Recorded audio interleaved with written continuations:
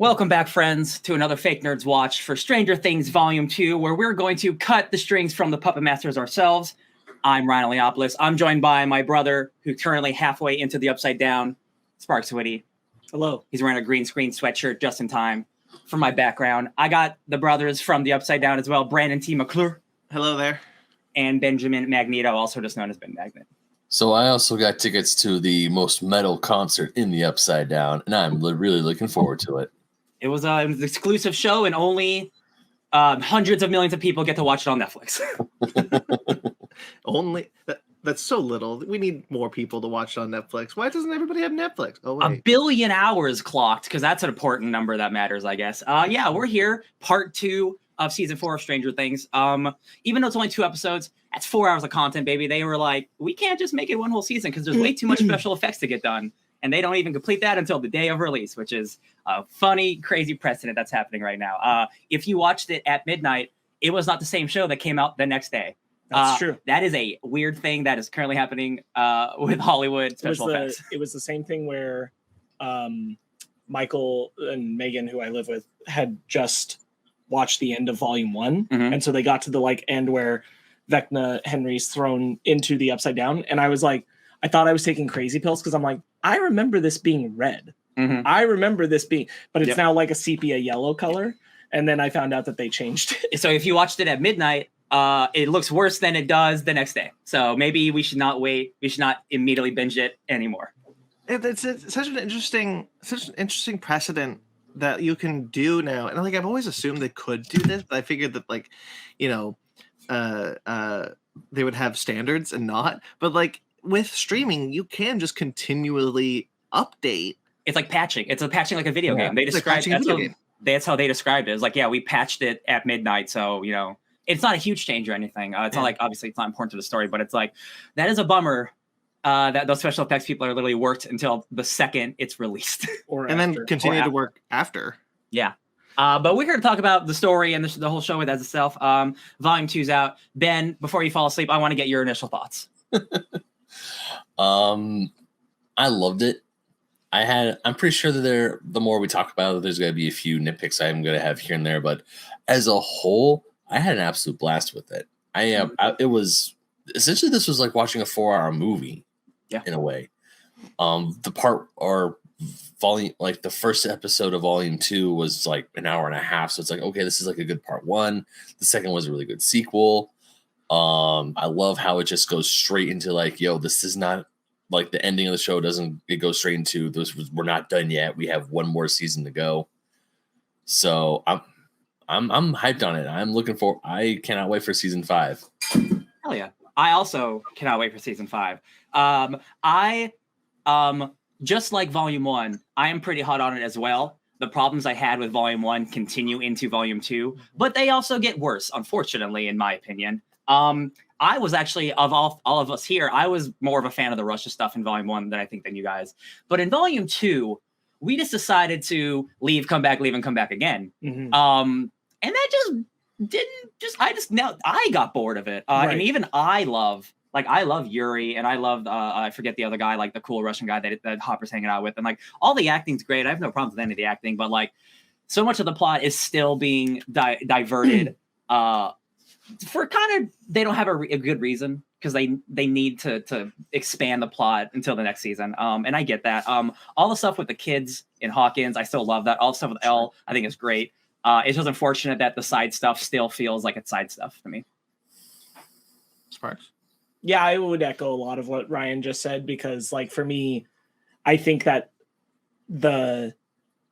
all the side stuff that isn't the core of what's going on in Hawkins really dragged this season down. And now that we're at the end of it, I feel like we spent way too much time on it. This season just didn't need to be this long for the story beats that it was doing. And we'll get into that, but I found there's some really great stuff, and then there's just some stuff that I'm like, wow, this felt kind of empty, and makes it makes me pretty confident right now, though it's been a while since I saw season 2, that this is probably my least favorite of the seasons. Mm-hmm. Interesting. I actually think this might be my second favorite of the seasons. I don't remember very much of the content of season 2 and 3. And that's kind of where I'm basing it on how I felt coming out of those two, because I do remember that. I remember being very much not interested in Stranger Things after season 2. I was like, you know what? I don't know if I'll come back for the next season. I just didn't really care about this season at all. That's what I remember. And then coming out of season 3, I was like, I like this. I like this more than season 2. I like this I like this not as much as season 1, but I was happy with this and I wanted to see more. Season 4 is the closest that I felt coming out of a season that I felt was season 1. No, it's not quite as strong as season 1. It's not even close. But I do think that coming out of it, I was very much like, yeah, I want to see more. I want to see this. I want to see season 5. Like, I'm excited for season 5 more so than I have been for this franchise in a while. And that's not to base it on any sort of criticism that I could throw at it. It's just kind of how I feel. I did, however, think it was bold that they brought back the movie finale. I love the fact that the finale is just a movie. Mm-hmm. It's got like a Return of the King ending too. It really is, and like it made me feel like watching. I don't know what did this, but there used to be shows that would just like instead of a season finale, they would just make a movie, and that like it would be a TV movie, and that's what I felt like here. That like it went like the show ended and then the movie happened, and then the movie leads into the next season. Like Transformers did that. Like Transformers, the movie leads into the next season of Transformers. I just thought that was fun. But yeah, I like the season overall, mostly. I definitely, I think this volume, and see, because like I keep thinking about it, like it's almost like a second season. It's because it's 4 hours long. That's so much content. But like this, I do think this season has like the strongest highs of the show for me. Like I like the stuff that happens in volume 1 and volume 2. Like I think it's some of the coolest like visual and like character stuff happening like on Netflix. Like Stranger Things has always been great about character stuff, even when it's not great.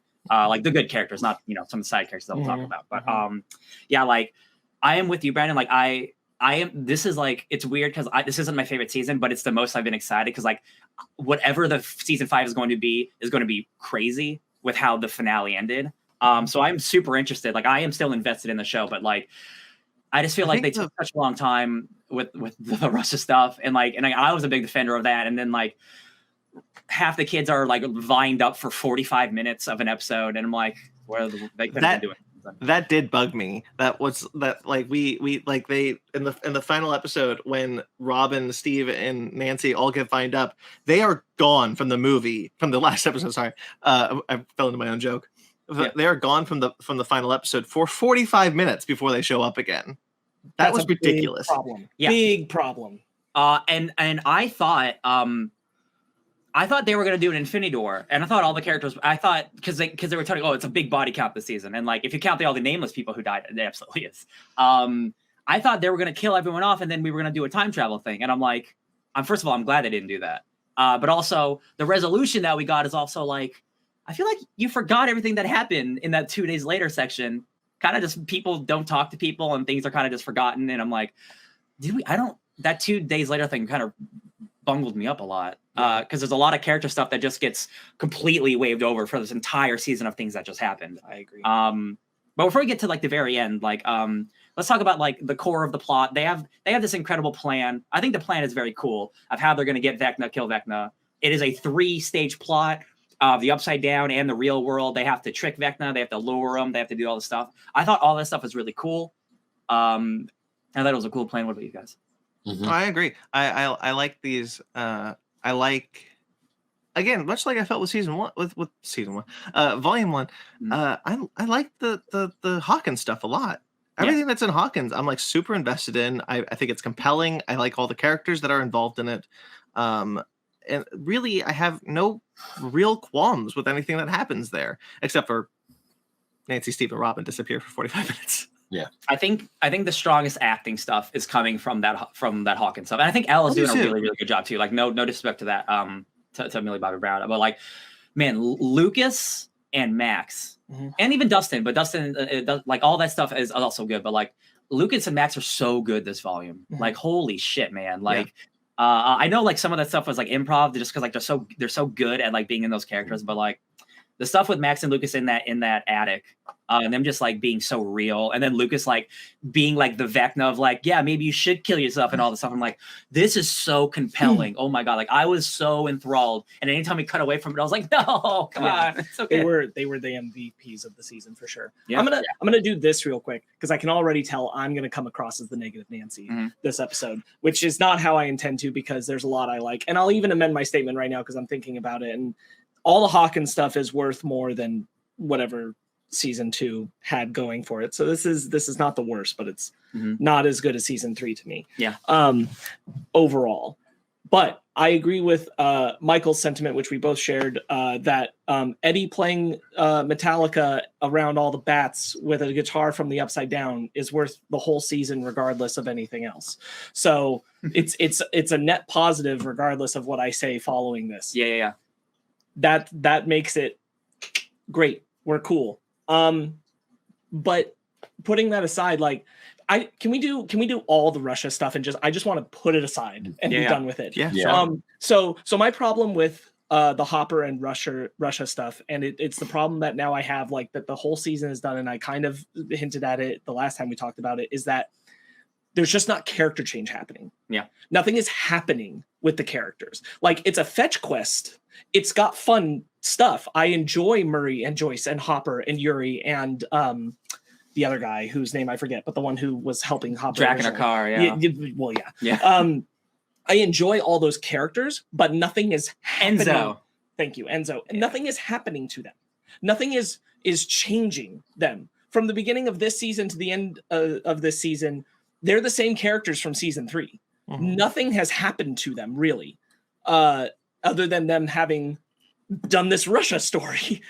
And for that amount of time to have been allotted to it, those characters should have done more for themselves. So I don't mind. There's like things in the story I like. I like some of the Russia bits. I just think it didn't need to take up the landscape it did in the season. Mm-hmm. We could have done a lot of that a lot quicker, especially we're going to leave. Oh, we got to go back. That's when it got me. But I'm like, we have to go back to help the kids. And I'm like, we got to distract it by attacking the particles. Oh no, the particles are now in the Demogorgon. So we got to fight the Demogorgon. See, that's where it pissed me off. Yeah. Because the Russian stuff, like I totally agree. I didn't care for it in the first part. I don't care for it in this part. But like when we see these particles and I'm like, okay, what the hell are the particles? Is that the mind flare? Like, did the Russians capture the mind flare and that's what we're seeing? Just the mind flare is not a corporeal thing right now. And like the fact that it's just particles and that just because we don't have an answer. But like but the thing is that's what pisses me off so much about it, because it's just particle effects. And then they didn't have the balls to do anything interesting with that. They just put them in the Demogorgon and the Demodogs because they had those assets already. I'm so glad we're gonna go ham on this. So my other problem with this whole thing is that everything that we were given in the earlier seasons of Stranger Things implied to us that the Soviets knew more than the Americans about the Upside Down. We have now gotten to the season and realized that's not true.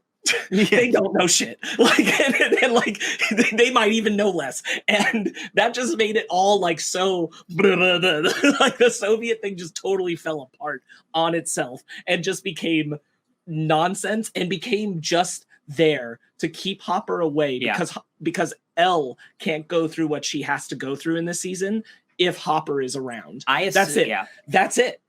I assumed when we went back to the prison and like we realized there was like all the tanks of the Demogorgons, like we were gonna learn some shit.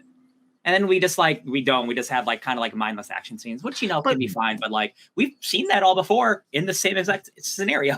But the thing that upsets me so much, and I'm gonna go back to the particle thing because it really upset me.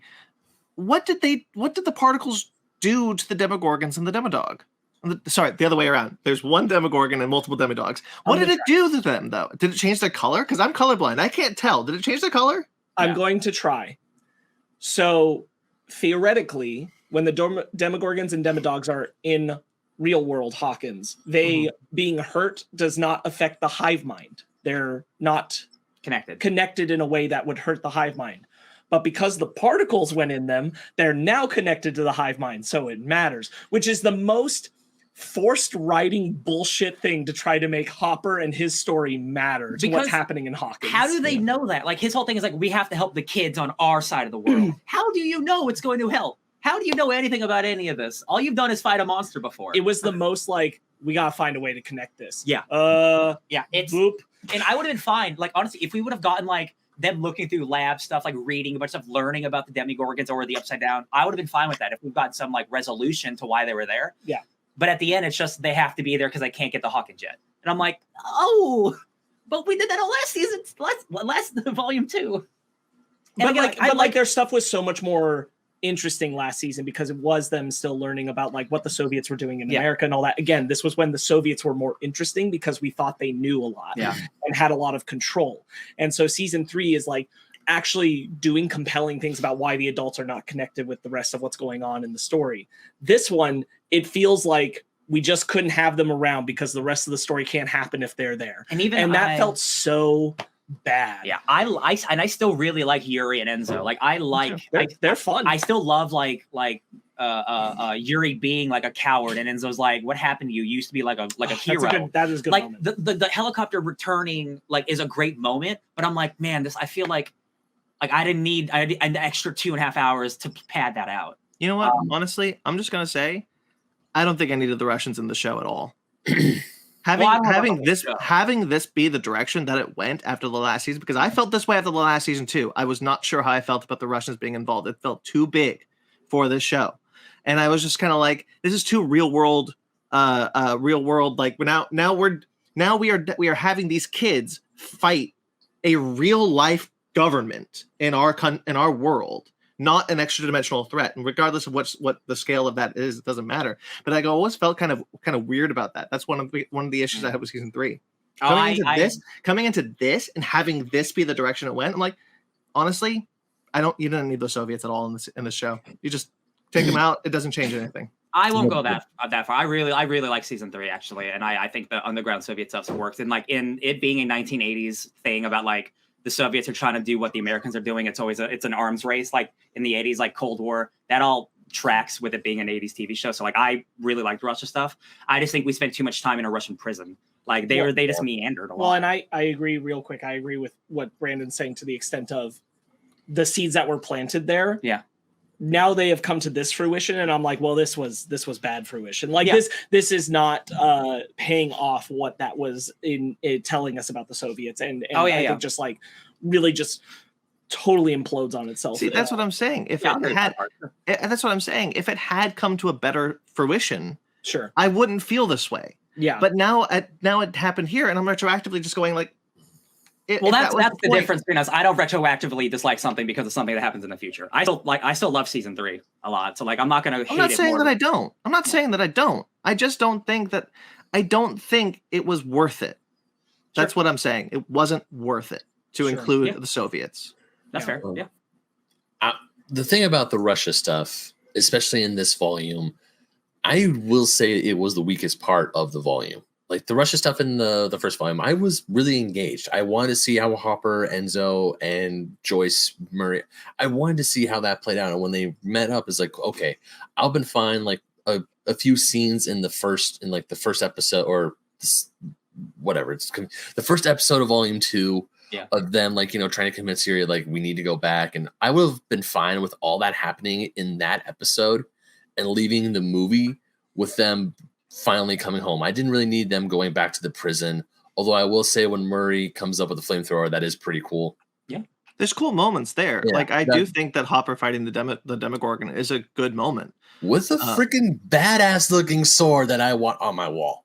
Yeah, but I think that's cool. And that is like Sparkz and Ryan said, the helicopter coming in. That's cool. Yeah, that is a really cool scene. But I will agree, the stuff in Russia on the second half of this in volume 2 is the weakest of the stuff. I wasn't really engaged with it as I was with Hawkins, with everything going on with L. Pretty much if I had to rank it, it'd be Hawkins, L, Russia. While we're on the Russia stuff, don't forget the pizza boys. While we're on the Russia stuff, I like the idea of the moment of Joyce saving Hopper, but the way it was telegraphed so directly of like, this is Bob again. I was like, come on, stop. Yeah. I like there, you know, you did say that doesn't really affect any character change, and I will agree with that. I just want to say that there is something that they do with Hopper that I do like that they did early, and they like this is the part one thing that they did, which is just that, you know, Hopper just kind of appreciates life more now than he did in the last season, and I was like, yo, cool. But now we did that. We're not really doing anything else after that. Just mission get home for 4 hours. Yeah. Any more we want to talk about Russia? Or should we move on with that? I'm gonna scan my notes, but I think we're fine. Oh, I will say a funny anecdote because we already brought up like, and I'm sure we'll expand on it, but the issue of like when Steve and Robin and Nancy are being choked and held up to the wall. Michael was with me, and for the next 40 minutes, when we would cut back to Russia, would be like, Hopper, you missed your cue. Hopper, your cue. Because he's like, that's the whole point. You're supposed to save them. Yeah. That's Hell's job. Yeah. I'm sure if I come across anything, I'll bring it up. But I've vented what I needed to. Let's I'm move glad to that the- we're all in agreement that like there's a lot of misstep that happened there. And I don't outright hate it because I think there's still such good character stuff, but it's just definitely like we need to meander. We need to meander this entire second volume, and I'm like, I just and just just like something else. just like if that's the amount of like stuff we're doing with the characters, then it only needs to take about half the amount of time it took this season. Yeah, like exactly. It could have been truncated down a lot. Honestly, there And this could have been a whole episode here where we never went to Russia, and I'm like, that would have been weird, but it probably would have been accurate. Yeah, The whole season, every episode is over an hour long. You know, I joked that the last episode is a movie length, but they're all movie length. They're all hour, not all of them. Some are hour 15, but like they're all upwards of hour 15, hour 30. Like we have so much real estate in this season. You did this. You deliberately edited so much real estate into the season. I just don't think that all of it was used wisely, and most of the fat came from the Russia scenes. yeah, Oh, I like Hopper dreaming about food. yeah. I like that note. I think that's literally the only note I wrote about Russia. I like their exchange. I do like Hopper and Joyce's exchange when she's like, "What, you weren't thinking about having sex with me?" Get back together. Yeah, there's good little nuggets there, but it just wasn't worth the time that it dominated this season. I agree. Pizza boys. Yeah, let's work our way up with the plot lines. Yeah. The Pizza Boys. I think overall, because they hook up with Elle and stuff, their position is better than Russia than in opposed to Volume 1. Mike, I think Will Noah Schnapp is doing some incredible acting. I agree. I think that dude is selling the shit out of him being like he's repressing how he feels about Mike. Finn Wolfhard, man, what happened to that kid? Because seasons 1 and 2, that dude rules. He is an extremely charismatic kid. And then he grew up, and he's in this, and he's in Ghostbusters, and he's a wet fart. He's a wet fart. There's a scene in this. I think you guys alluded to feeling the same way that I do in this one, which is just like once they hook up with Elle, I'm far more on board with these characters. Yeah. Now that I'm like, okay, we're doing this, where they're part of the action, they're no longer meandering. All right, I'm here with you guys. I still don't think a lot of what they do is worth it. There's this scene though that I really hate between Finn Wolfhard and Noah Schnapp, right? Mm-hmm. It's Will. And it's the scene where not the scene where he's like crying, where he's like talking about like, you know, this is what the pain is. I like that scene. I think it's a good scene. It's the scene when Mike is holding Elle's hand and she's like, and Noah Schnapp just goes, "You're the heart, Mike. Remember that you're the heart." And I'm like, this it's sucks. so hollow. That part sucks. I was. Go ahead, like, man. no, the scene between those two, I really only like the scene because of Noah Schnapp's acting. Mm-hmm. It's the scene where he gives Will the painting. That's the scene that I like. That scene, honestly, I love that scene. It's a It's good like, scene. and you finally get to see what he was painting this whole time, and then you can obviously tell all the stuff he's telling Will about 11. That's like coded that's him expressing his feelings to Mike. Yeah. And I'm like, man, this kid is good. But honestly, yeah, there are times where like where Finn Wolfhard is just like, you're right. Finn Wolfhard's giving him nothing, and that's Sparkz. You want to say something though? I can tell. I love that scene too. However, I have told people Mike has become selfishness incarnate, and people are telling me I'm wrong. And I'm like, he is literally being told he's the heart and the leader of the group, and he's sitting next to his best friend crying, and he doesn't notice at all. Stop it. We can't keep having the Duffer Brothers try to tell me that that Mike is the main guy and the heart and the core and the soul and the leader. And I'm like, stop. No, he isn't. He isn't. He can't be that and also be sitting next to him, not recognizing that he's in pain. You can't do that. You can't say both things. It's Will gives that entire speech, and then Mike's just like, yeah. And I'm like, thanks, Will. And like he's giving Mike, regardless of how selfish Mike is in that scene, which you're absolutely right, Sparkz, was just like, and by the way, I like that scene. I did not say I love that scene. And like Finn Wolfhard, it's the same thing that we talked about when it's like, remember when like early Flash and like Joe West would talk to like Iris, and he was like giving his all, and he would talk about it, he's crying and whatnot, and Iris nothing, blank slate. Yeah. And like that's very much what happened here, where Finn Wolfhard is just not acting with Noah Schnapp. He is just a wall of nothing, and it's coming from that actor. And to go to that scene you're talking about, where Elle's in the pizza freezer, and he's like, "You're the heart, Mike," and I'm like, that's so hollow. It feels so hollow because like what you're saying in the car is something different than what you're saying right now. It's like the script of the show is trying to tell me something that the show hasn't shown me since season 2. No. That Mike is this person that Will thinks he is. And I'm like, why would Will even think that? Will hasn't been able to see that side of Mike since he came back from the Upside Down. Like, it's weird. I still like Argyle. Argyle's great. I will say I like the scene, going back to like Will's repressed sexuality. Like, as far as I'm concerned, I think they should have been more overt with it. I hope that they do so in the next season.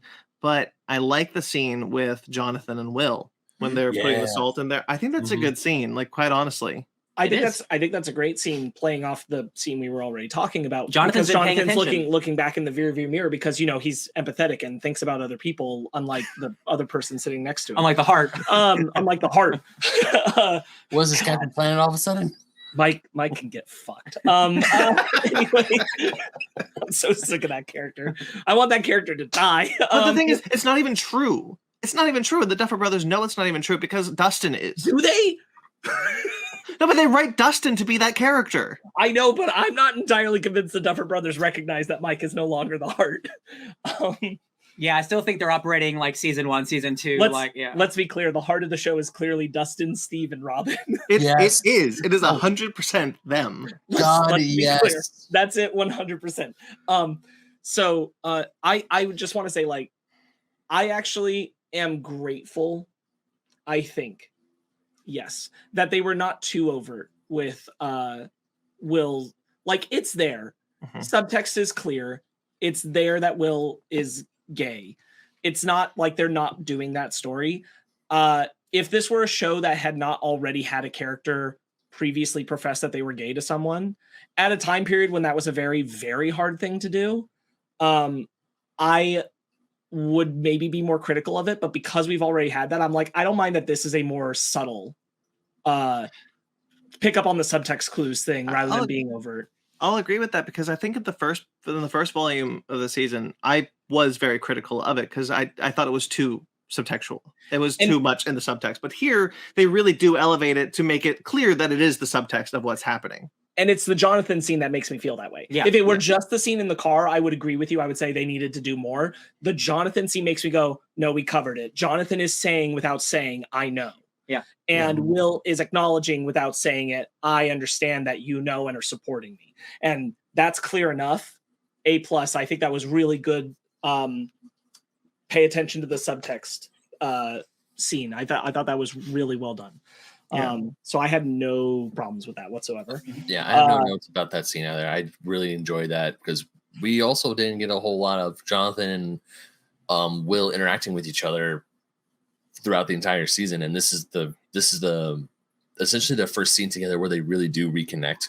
You're right. They don't really have a one-on-one scene the whole season so far. They spend a lot of time together, but it's a lot of it is cutting between moving places, going to Susie's, leaving the There's a lot of that happening, and there's not really a lot of let's slow it down and have a character scene together. Yeah, but also I have to say the subtext is like Spark said. Subtext is there. I'm going to echo a lot of what he said, but yeah, it is a great scene, and it is a scene showing because it harkens back to season 1 where Jonathan was willing to go to the ends of the earth, went to the literal ends of the earth to get his brother back. Right. And he's still like, yo, I will always be here for you. You will always be my brother. And I really do enjoy that scene. It is a really beautiful moment between those characters because it's not just about hey, I will love you no matter what. It's I realize that I haven't been there for you as a brother.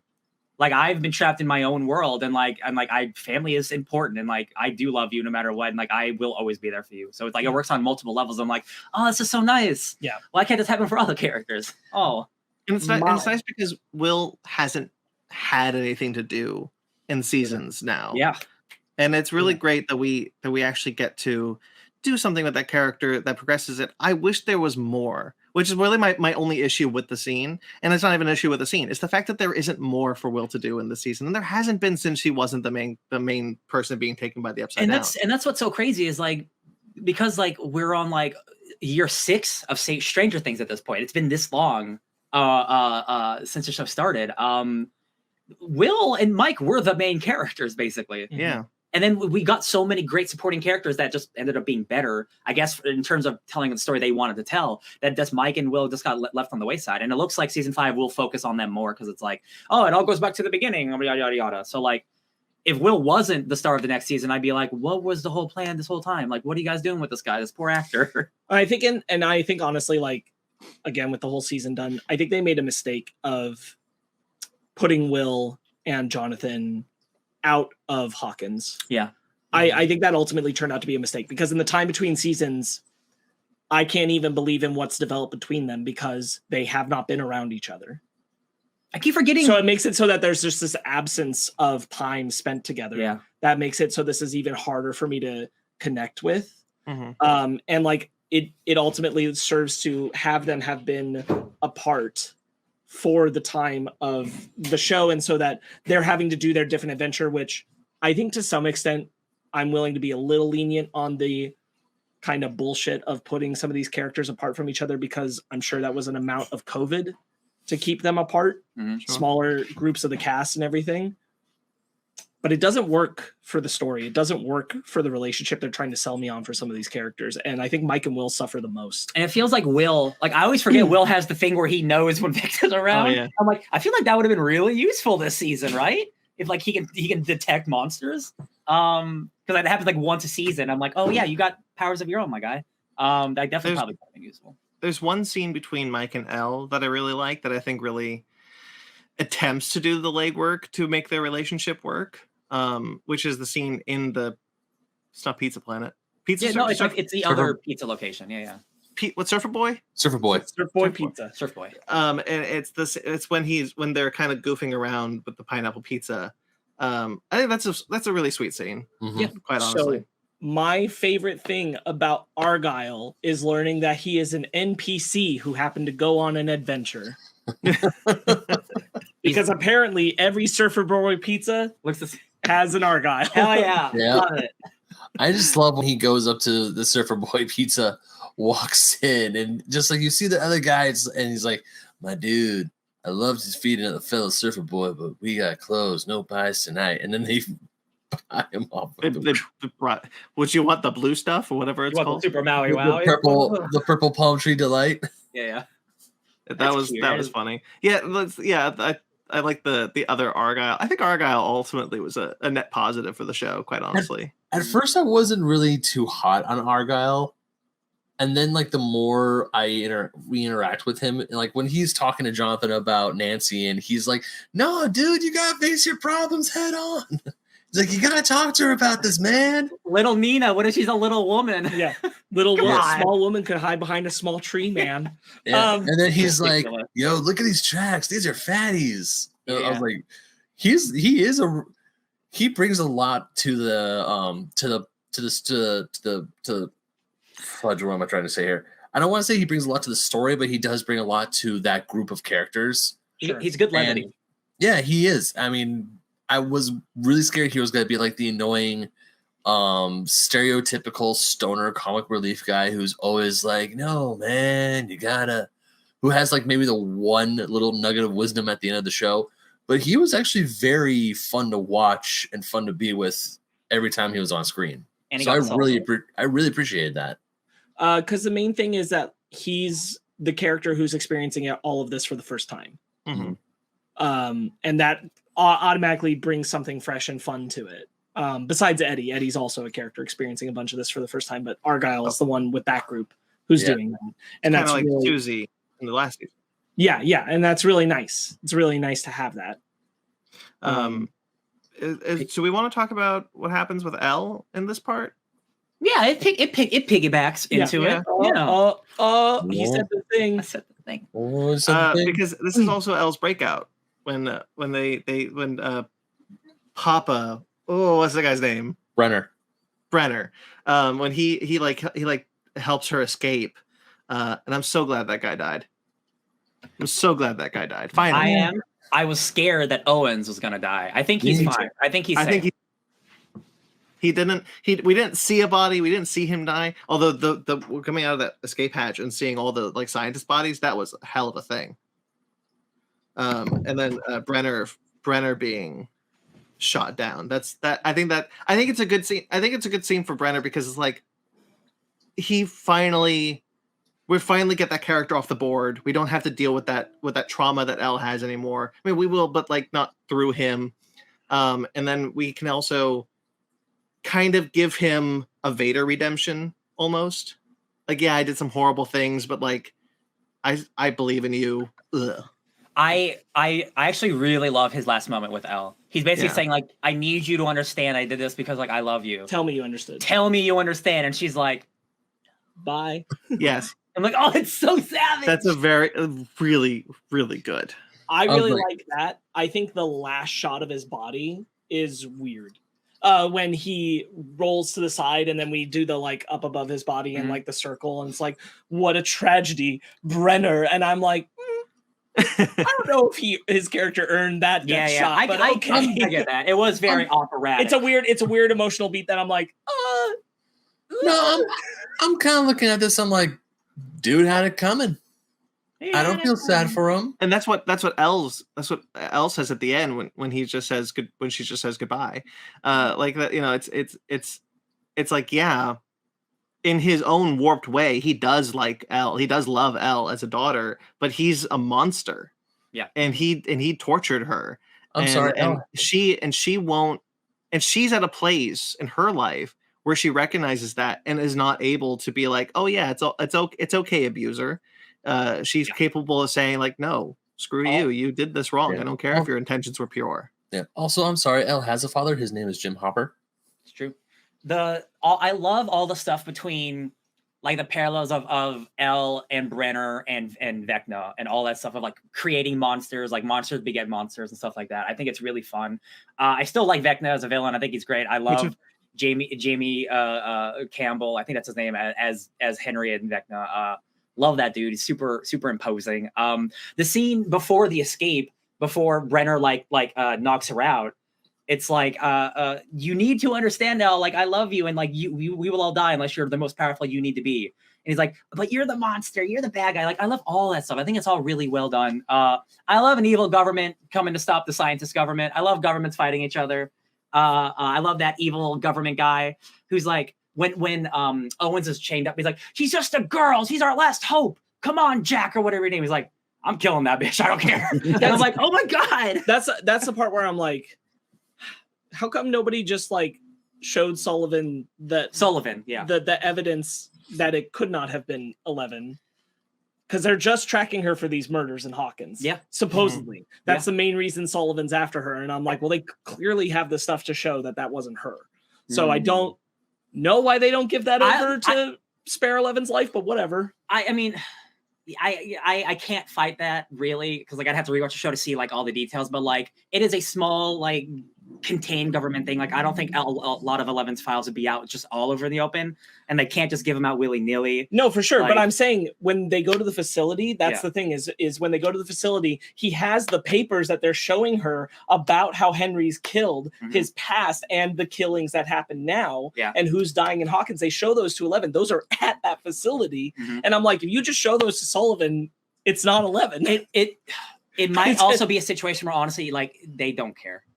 Like they're like they don't like superpowers in general, so they're it's almost like the boys were like, I don't even care, I'm just gonna kill this. Sure, but that's the thing where you should take that step, right? You'd think Owens would want to put that evidence forward because Owens is trying to protect everyone because he believes in 11 saving them. So if he put that evidence forward, then Sullivan was like, I don't give a shit.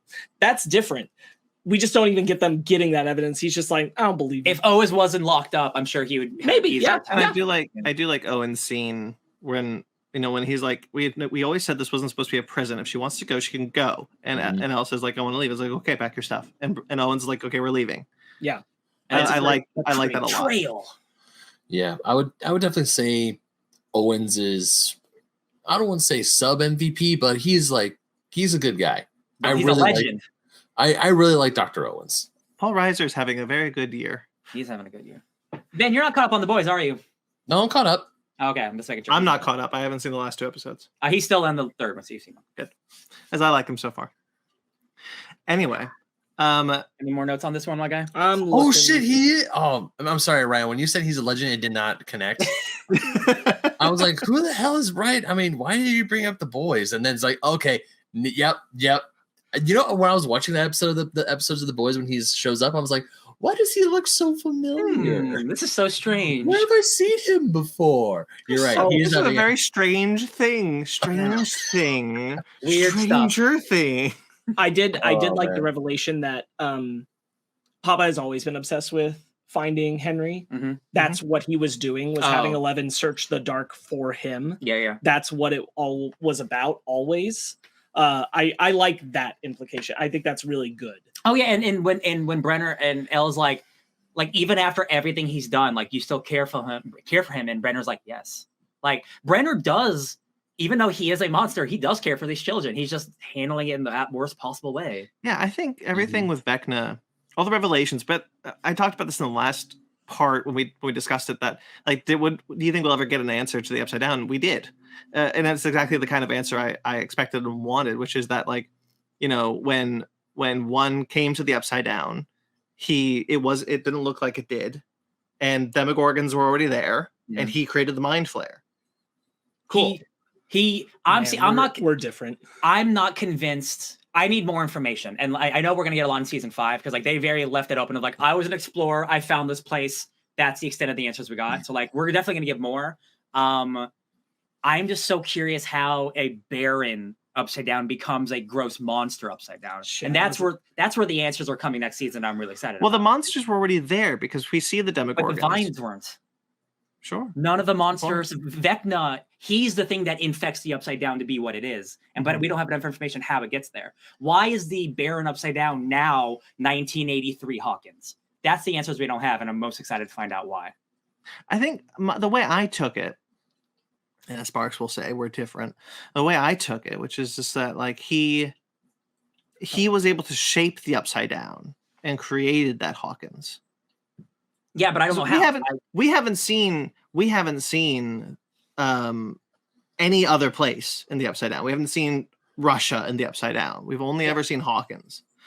So perhaps it is only Hawkins. Perhaps there is only a copy of Hawkins in the Upside Down, and not an entire world. Perhaps the rest of the Upside Down is that barren wasteland. Absolutely. But we still don't see how we go from one being a kind of like a gross toxic Avenger to him just being Vecna.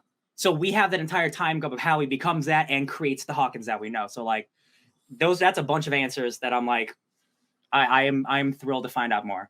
Again, why is it 1983 Hawkins only? Like, that's what I'm like most curious about. Like, I don't know if there's going to be time travel stuff, but like, I'm so curious how it all comes together.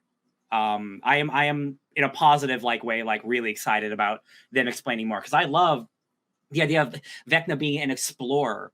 I think that is such a cosmonaut, a Lovecraft thing of exploring the unknown. And how him coming to this new world allowed him to be the monster he always wanted to be, and to fashion the Demogorgons as his army. So I'm so excited for the future. And it gave me just enough where I'm all right, cool. And that's what I'm talking about, where it's even if we don't get any more answers, and I do think we will in the next season. We have to. If we don't, I got enough. As far as I could tell, we were of the as the characters, we were of the opinion that the Mind Flayer was the big bad and Vecna was under it. But now we know differently. Now we know Vecna is it. He has always been the villain. He has always been the one sending everything through to get there. And it kind of recontextualizes season 3 in the sense that he wanted to get the 11's powers, and that's why he can now create these gates. And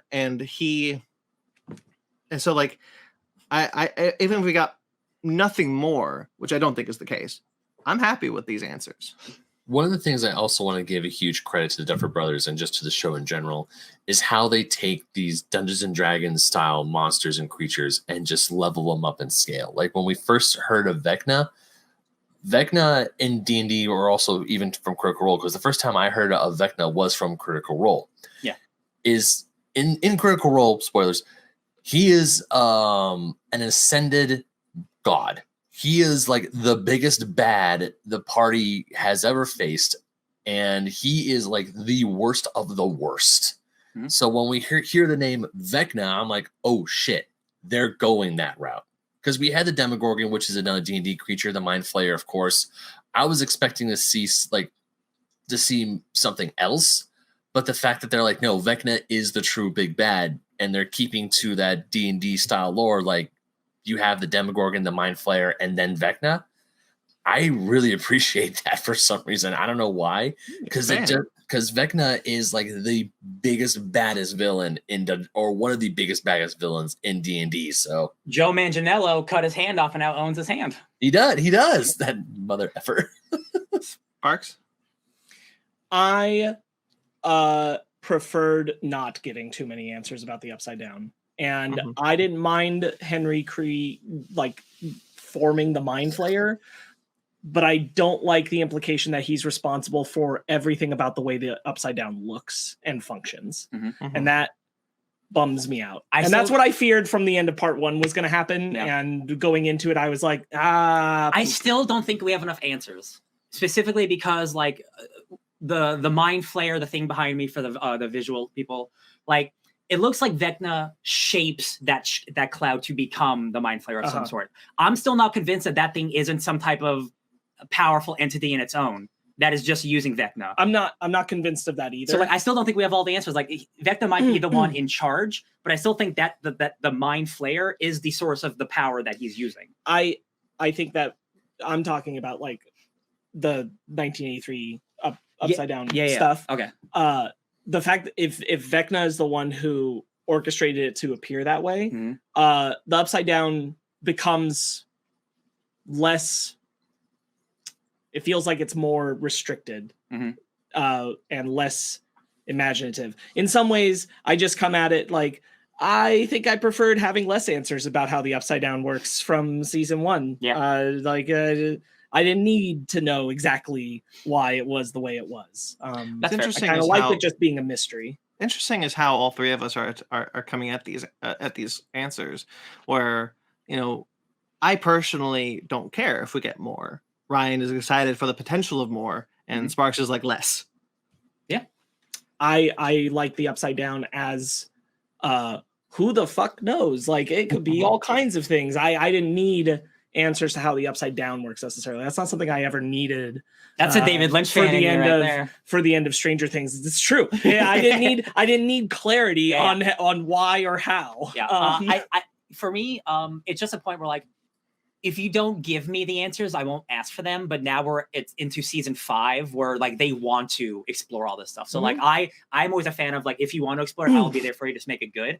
And the kernel they gave me at the end of like, hey, I came to this place and somehow I was able to help change it. That makes me excited to see. Hopefully they do it well enough. Because like I agree, I don't want it to feel like it becomes so much smaller in scale. It doesn't feel limitless. It does. Yeah. It does feel. If the direction I don't want them to go, it will feel like very small in scale as opposed to how it's currently presented in my mind. The thing I wanted more than anything, and it's probably why I'm okay with the answers we got. The thing I wanted more than anything is to know for a fact that Vecna didn't create the Demogorgons or the Demodogs or whatever. Like I wanted to know for a fact that Vecna showed up after that. Like these were creatures that existed in the Upside Down, that lived in the Upside Down prior to Vecna being there. They are native to that land. And now that we know, I'm very happy about that. Yeah, I'm okay, and I'm okay with whatever else they want to do.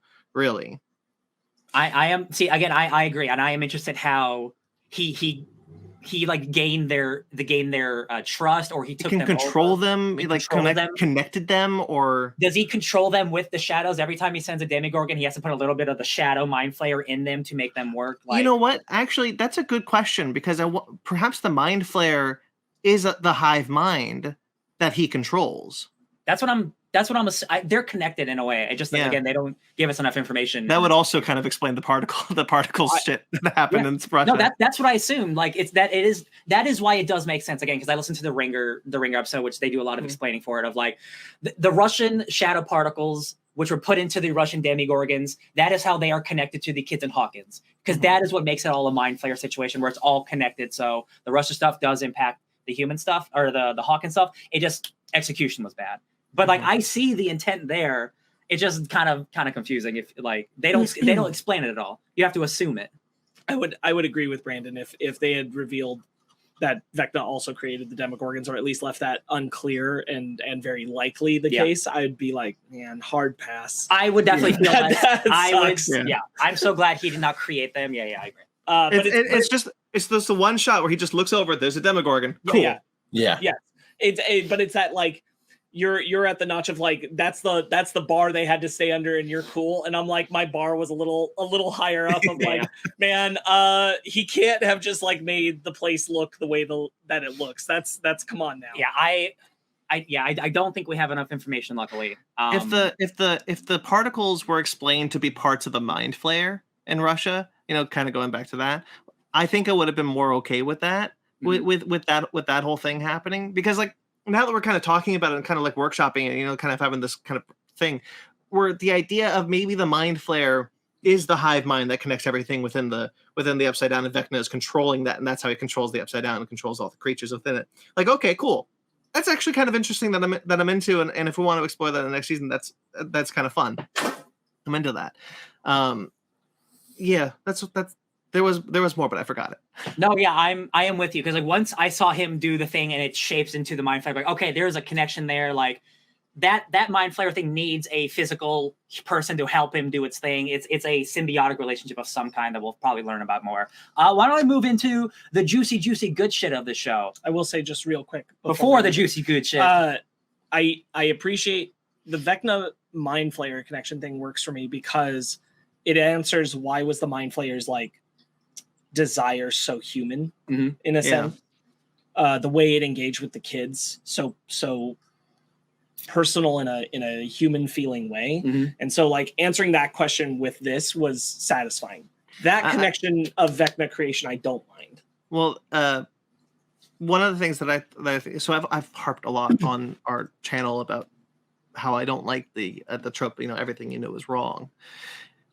I think that what this did is kind of the way that you should go about that trope, which is that like we have never had all the information. We have only operated on assumptions and what the characters kind of work through and fill in the gaps. And now we have not all the information, but now we know that Vecna has been retroactively the villain from the get. and has sent the Demogorgon in the first season, sent the Mind Flayer in the second season, sent the Flesh Mind Flayer in the third season for a reason to get L's powers, so that he can do this in the fourth season, which is create gates. And there is something cool. Somebody shared online, because I didn't want to watch season 1 again. I thought about it, but I don't have time for that. Somebody put from the first episode, at the beginning of season 1, when Will is riding his bike, he sees it's not what Vecna looks like now, but it is a shadowy monster in the street that he like falls his bike over, and there's a clock sound. They have been doing this shit from the beginning, not as a lot more subtly, but that stuff has been there from the beginning. So this is something they have been working towards. It hasn't been, we thought about it at the last minute kind of thing. So like, it is cool that like that shit has been established for a while. I do like that. Yeah, I appreciate the revelation quite a bit. Mm-hmm. Okay, so let's piggyback to Hawkins, Dusty, which I think we're all pretty hot on. Oh man, yeah. Every character here, love him. I love most of the characters here. Jason can suck it. Well, he's a bad guy. No. The story element. It didn't go the way I wish it had. Oh, really? Interesting. Yeah. We'll get into it. Sure. I want you to talk about it now. Let's get into it, because it's the one negative. So here's the thing. I think that now that we did the last part of the season, Jason riling up the town didn't really do anything. Yeah. Oh, sure. Like it's not impactful to the story. So I kind of wish it hadn't happened, or that Jason's story had been more. I think there's something genuinely good about the idea of Hawkins as a town, or even as a grouping represented by the football players, feeling kind of trapped by circumstance of what's happened in the previous seasons. And like something that has constantly been taken away from them, and now it got personal. Mm-hmm. Yeah. And if that had been the driving force of that subplot's narrative, I think it would have been more interesting. I think if they'd allowed that to be fleshed out enough, if Jason had either become the representation of the town's frustration with what's been happening, mm-hmm. or the fact that he did rile them up had connected and resonated with more of the town. But the thing is, like, we do that, it's like an intense, oh no, they're in danger, and then it never comes to fruition. Nothing ever happens with that. The only hint of the town being riled up that we get is that there's more people at the army surplus store than you'd expect. But even then, none of them engage with them that aren't the football players. So it still is just on them. And for me, that's where it kind of ends up a little weak. Now, Jason going and confronting Lucas, that stuff works. That personal stuff, the I should have never let you in the door, mm-hmm. and I should have never knocked. Mm-hmm. Excellent stuff between the two of them. But I wish that Jason's path to get to that point as that character would have been more paved with either him representing the town's frustration through what's going on, or something about what he did with riling up the town actually connecting to that. And those things didn't happen. So I feel like a little bit of how we got there got blundered along the way. I will disagree with that. I'm not even going to push back, because like I do agree. I think because it's only 2 episodes, there wasn't a lot more real estate to do that. It's, well, in 4.5 hours. No, this is I the know. thing, right? No, we're talking about maybe a little less Russia, maybe a little more town. No, I know. But like going from volume 1 into here, like I didn't need any more of that for me, because we were at the end game for them telling like. But this is stuff. Sure. This is something I couldn't have said about it. Sorry. This is something I couldn't have said about it in volume 1, because we didn't get here. I didn't know what that was leading to when he riles up the town. Mm-hmm. We're here now, and I'm saying we didn't need that in volume 1. If it wasn't going to do anything, we didn't need it. Sure. Like right. Jason could have been more just done something with him to represent that frustration. It just, I don't know why we did the riling up the town when nothing came of it. Nothing affected our characters. Nothing changed anything, because the town gets bundle fucked anyway by the end. So I don't know why we had to do that. And I feel like there was a cleaner, more interesting path to have taken. Sure. To get Jason to where he is. I think you're absolutely right, Sparkz. And you said it, and you've said it really succinctly when you said, you're right. You didn't have the real estate, but if you take out some of the Russia fat, you do. Yeah. Mm-hmm. Yeah. I think in a season of this length, and I think especially now we know, like, you really can't, like, the town's going to have to confront it one way or another. But the idea of the town being confused and frustrated, I think was something rich and interesting, and we're all in agreement. Everything's at its best when it's actually happening in Hawkins. So to have had more of that happen, I think would have been cool. Like that's pontificating on a season that we don't have, but seeing that town rile up scene and then getting to here and not having anything happen with that made me realize, man, that would have been cool. That would have been something interesting to have, or to have Jason speak more to that than just like this, I've been triggered into an insane rage. But rather this sense of it has been thing after thing after thing, and then it was this, and I'm done. And I'm frustrated, and I'm taking it out on whoever I think is responsible. And I think there was something to be blossomed there, and it just didn't quite get there. Yeah. You know what's cool? When Jason gets ripped apart by the gate. Holy God. Like it's weird. So if anybody found that body and they didn't believe in the cult, they believe now. It's an earthquake. What do you mean? It's totally an earthquake. Oh, his body disintegrated in half. It's weird because when Jason dies, I'm like, wow, he goes out like a punk bitch. Why am I happy? What was so cool about that moment for me is that I didn't expect it, and that's where I think Stranger Things often does these things where you don't really expect it to zag or zig or whatever the direction you want to go in. But like, I thought when they knock him out, he's going to wake up and it's going, oh my goodness, what happened? Oh my God, you did this again. But no, just Jesus. He's just in the wrong place and he just gets ripped in half. And you know what? This is going to sound really mean. I'm glad he woke up to experience it. No, if anyone deserves it, it's a Jason. Yeah.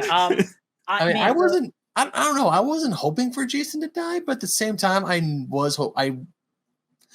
know what I wanted Jason to do. He was a very good character that you liked to hate. Like, quite honestly, he was a very well-written character that was a lot of fun to hate. He's unbelievable. Definitely. Yeah, and he felt menacing in a way. He felt like a believable threat to our characters in Hawkins, the same way that Vecna felt like a believable threat. Like they were under attack from two sides. It always kind of felt like Vecna and Jason were closing in. In order to stop one, you couldn't stop the other, and it was well written, well done. Absolutely. I'll definitely say props to the guy playing Jason, because he plays the self-righteous lunatic very well. Or maybe not. Lunatic's probably the wrong word to use. He's a little lunacy. He's got some. He's worked up into a craze, right? Yeah, you definitely see him.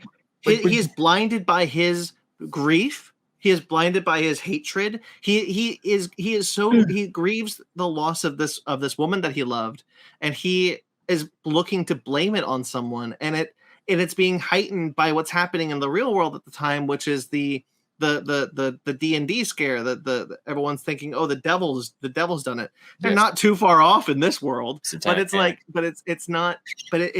it was done. As far as Jason is concerned, as a character, it is done in a believable way, and as I said, creates a believable and interesting threat to our characters in Hawkins. Yeah, I also love the scene where with him and Lucas, where before they start fighting, and he's like, "Chrissy would have come to me." She's like, "Dude, she was dealing with problems. You just couldn't see it." She's like, "No, she would have gone to me. She wouldn't go to him."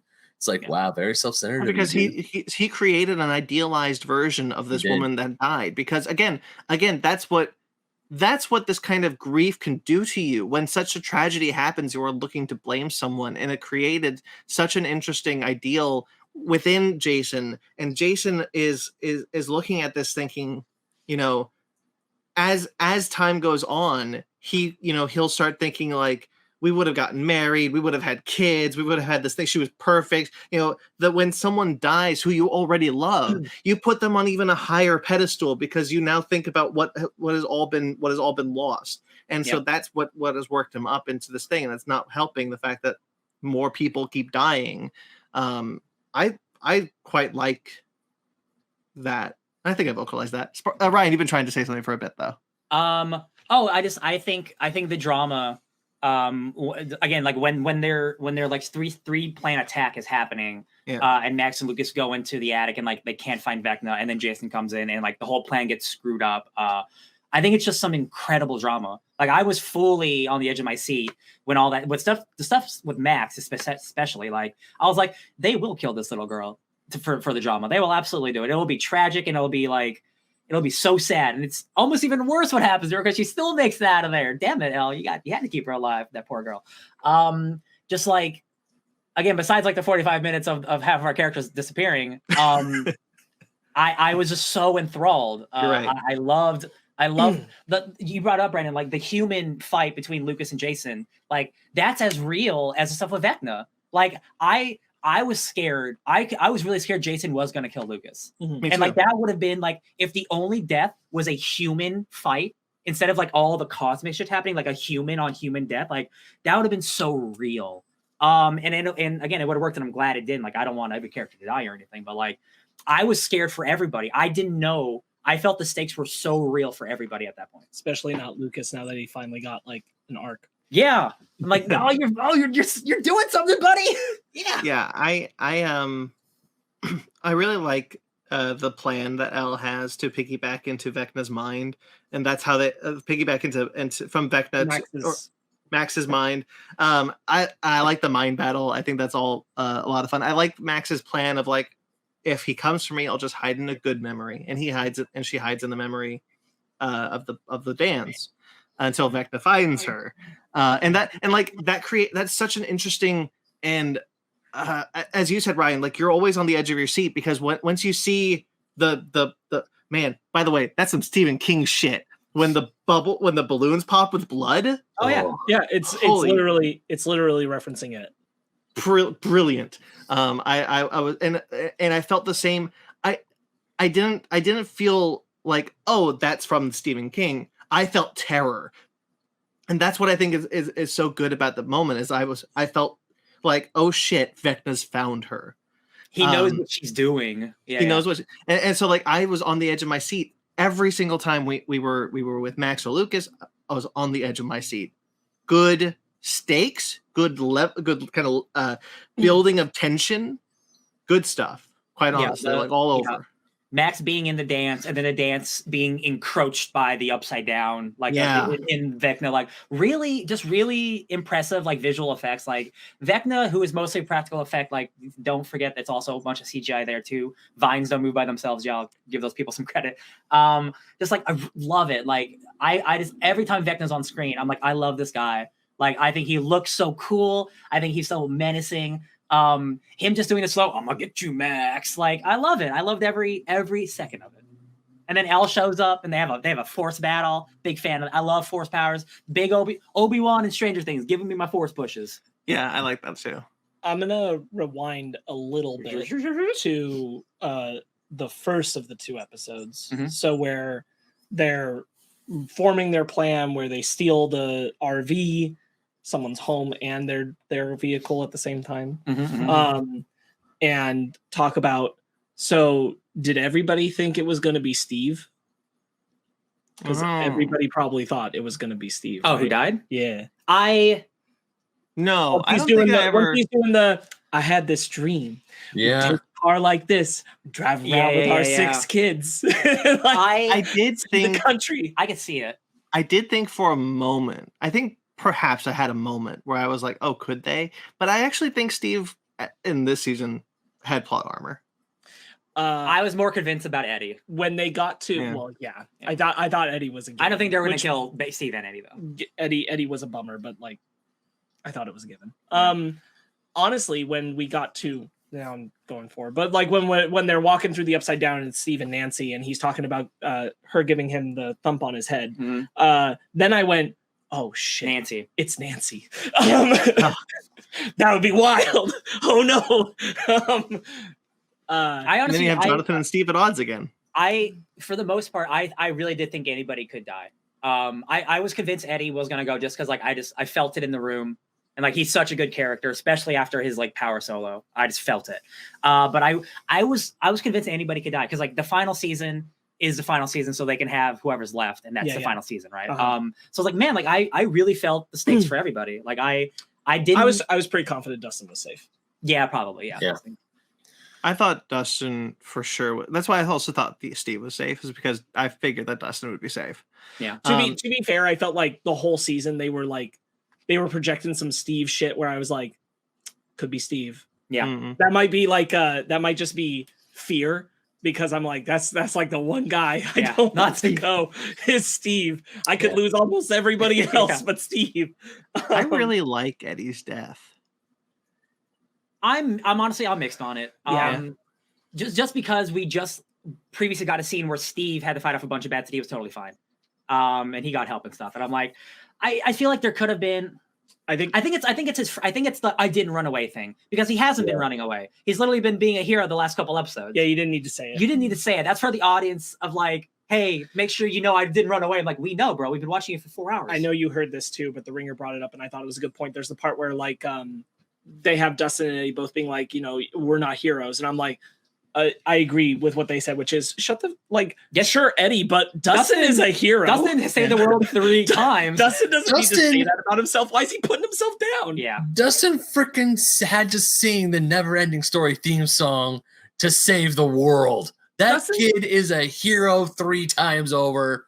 How dare you? Yeah, that was a little weird to put him on this beat like, yeah, I'm not a hero. And it's like, it's a totally different thing if it's like, don't be a hero. I don't want you to get killed or that kind of thing. But that sentiment of like, we're not heroes. And Dustin's like, yep. And I'm like, I understand what they're going for with Eddie, but like Dustin is the main character, one of the main characters of the show, and he's literally saved the world 3 times. Like, you can't convince me that he's not a hero. Quite honestly, at this point, Dustin is the main character of the show. Yes. Yeah. Yes, Dustin is the leader of the group. It ain't Mike. It hasn't been Mike since season 2. No, that kid grew 6 inches and lost all his personality. I want to say a little bit about the so Steve fought 10 at most bats. Yeah, with help. Eddie fought 100. Yeah, like there's a lot more bats that Eddie had to fight off. It's true. Eddie's. I just think it's not as compelling. Eddie's death is undercut for me by all the bats dying. Oh, when they all just drop dead, I'm like, so cool. Like if only Eddie had the I can survive being choked for 45 minutes kind of plot armor energy that the other 3 characters had, then he wouldn't have died before things were handled. But he did, I guess. That's like the jarring problem, is because these things are supposedly happening at the same time. And I'm like, those 3 characters are either dead or passed out, and they're not. But Eddie died before we could distract the hive mind. Come on. What?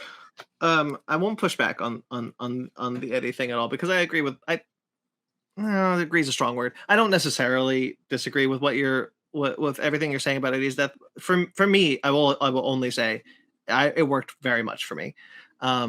There's a character moment I do want to highlight that you reminded me of, though, which is with when they get to the house and the Upside Down, and Steve is like, okay, well, let's just don't step on the vines. And Robin looks at Nancy, and it's just like a look of fear, because Robin is such a klutz, and and Nancy's like, it's okay, you got this. Like, there's not a word said to Robin, said by Robin. And I think that's a really good character moment. Oh, so like an earthquake happens, but why? Oh, the Upside Down just shakes for some reason that makes them hit the vines that gets them strangled, but there's never connective tissue of why that happened. Why did that happen? You're right. I know, it's weird. It makes no Anybody remember what happened before the earthquake? Guys, I was taking notes. No, it doesn't make sense. Nothing happened to make the Upside Down literally shake. This is a new development. Interesting. That was I thought they get caught in the vines because Robin accidentally touches. No. There's an earth. He's right. They stumble and they hit the vines, and that's how they get caught. Is somebody attacking Vecna at that moment? Nope. No. Is the Russia thing happening at that moment? No. Okay. No. Did they write it into the script that an earthquake happens? Yes. Because that's you're right. Because two things happen. 2 things happen that I think are very interesting. Interesting is a strong word. In that moment, one, an earthquake happens, and I guess just assumed something happened to cause it. Yeah. Are we sure that like copper doesn't kill a Demogorgon or something? Come on, like even if that did, like that doesn't excuse like you're that right. One time there was an earthquake and any other time there isn't. You're right. And then they have this moment where it looks like they didn't step on any vines. They're like, okay, we're good. And then Vecna has this thing is like, do you think I didn't know? I know everything that everything that's happening. I know exactly what all of your friends are doing at this time. Like, so you didn't even need the earthquake to imply that perhaps they stepped on the vines. It could have just been that Vecna is like, "What are you guys doing? I know you're here." It's that Homelander thing again of like, how much omnipotence do you actually have when people are walking around you? That's a great point. I'm really glad you brought that up, because also, why are they not wearing shoes and only speaking on notes? I guess the implication is that they didn't want Vecna to possibly hear them, but it's never explained. They just suddenly aren't wearing shoes and speaking through notepads. And if Vecna could hear them, in theory, even then, when Max is saying, like, I'm here, he'd know Lucas is there too and be like, well, this is a trap. Like, I don't get the logic there of what they were going for. So in my mind, taking off your shoes makes it so you step quieter. But again, if he has like omniscience, he would know you're there, right? Because you have a body. You're right, because he has this moment where he's like, I see everything. But so I guess they're operating under the assumption that Vecna would be able to hear them if they were talking.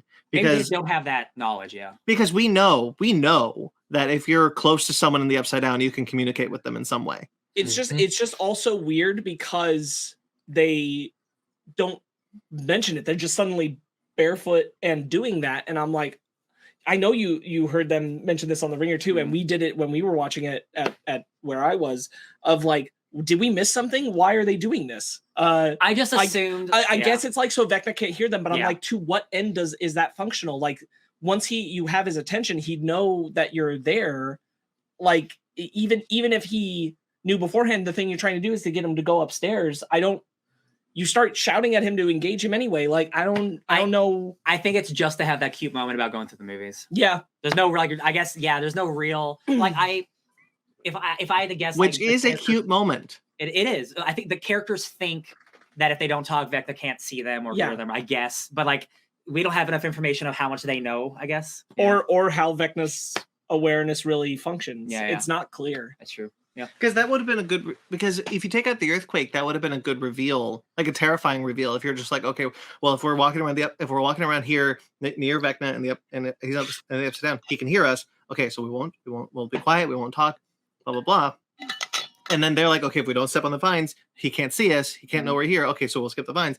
If you don't have the earthquake to create the implication that they accidentally step on a vine or whatever, regardless of whether or not that's what happened, then you just have the moment where Vecna's like, I always knew. What are you doing? Yeah, you bunch of dummies. I can see everything. I can see everything you're doing. This was always hopeless. Yeah. That would have been a much better reveal than a dumb earthquake that doesn't have any plot relevance. Also, and we talked about it, having three main characters just be strangled to a wall for an entire episode of Stranger Things worth of time is too long. It is true. I forgot that shit was happening. I'm like, oh my God, they're still getting strangled? When they get free, I'm like, oh right.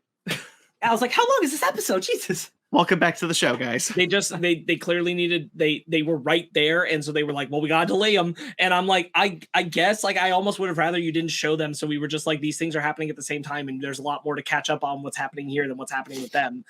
Then just say, and then they were held to a wall, and all these other things were also happening at the same time, and they were still held to a wall, and I'm like, oh, they're dead. I do think the continuous use of running up the hill is really good. I do like the 3-section action scene, even though I don't like the Russia stuff as much, like Hopper fighting the Demogorgon, them fighting Vecna, Jason and Lucas, stuff, like all that stuff happening at once. I'm like, man, this is good shit happening right now. I really enjoy it. I agree with that. I like the music a lot in this, just regardless of running up the hill. I like the music a lot in this season. That was a killer rendition of Worlds Apart by Journey. Oh yeah. And you're absolutely right, Ryan, when, like, regardless of how I feel about the Russia stuff, when the music is blaring and they're doing like the slow motion, like, oh, I'm gonna cut off your arm in Russia, and oh, I'm gonna shoot you through the thing, and I'm doing this and that. I'm like, all right, this is cool.